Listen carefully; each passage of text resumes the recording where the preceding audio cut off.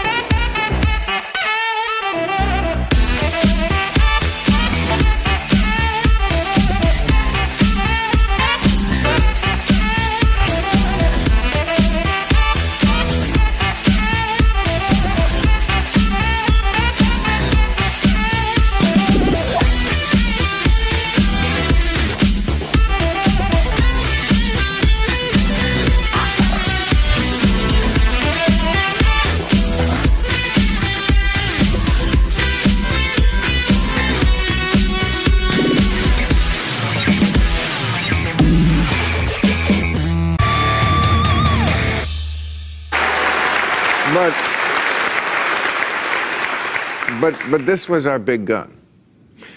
Now it just looks like you're stalking him. X gon' give it to you. Wait for you to get it on your own. X gon' deliver to you. Knock, knock, open up the door, it's real.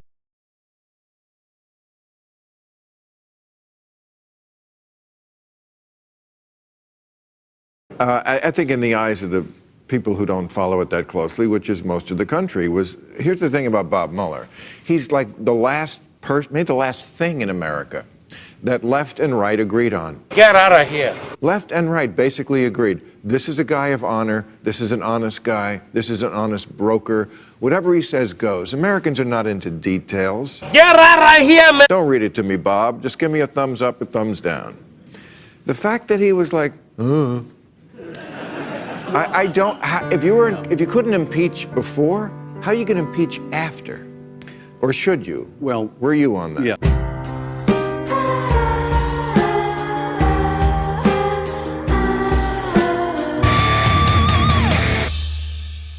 Do you identify as black?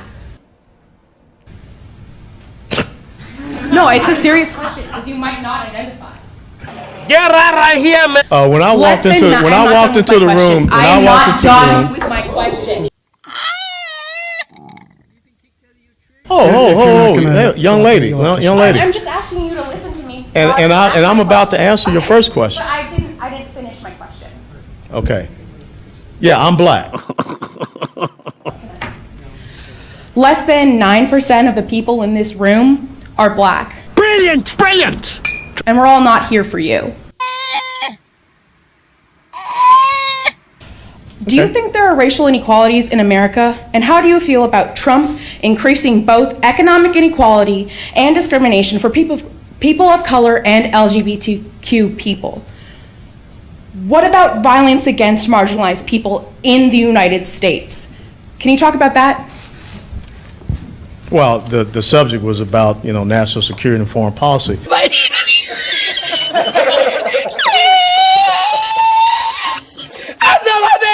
But I will tell you that I think in the minority community and the black community, I think they're pretty happy that unemployment isn't at an all-time low in the United States of America for Hispanic and black communities, and that's the truth. As a matter of fact, overall unemployment is an all-time low. So if you want to break the pay gap or racial inequality gap, the most important thing is my parents taught me, who were black, born and raised down south, was about equality of opportunity and not equality of outcome. Yeah.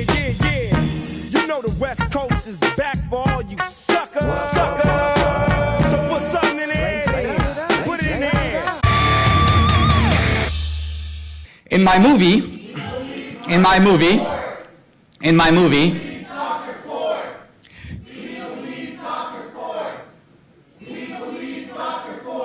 Look. Well, we believe Dr. Ford. We believe Dr. Ford. Okay, if you'll stop chanting, I'll address your point. Here's something interesting. Where is Dr. Ford?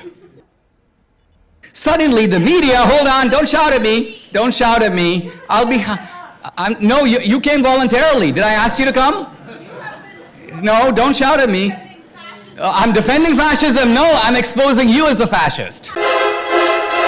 Are you familiar with the black shirts in Italy or the brown shirts in Germany? Do you realize that they would go to campuses, goons, and would stand in the back of the room, and when somebody tried to make an intelligent presentation and answer questions, they would shout them down, yell at them, try to intimidate them, and count as success if they could get the event canceled and the speaker threatened. But see, the problem is, sometimes you get speakers like me who are not scared of people like you. We recognize your frauds.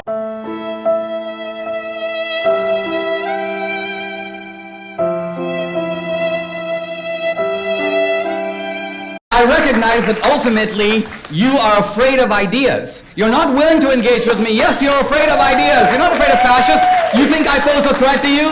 I'm an immigrant. I came to America with nothing. What threat do I pose to you? His name is John C.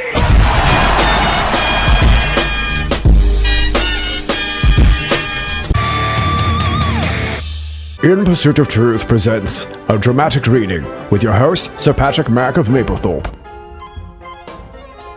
Pay attention to the big lies.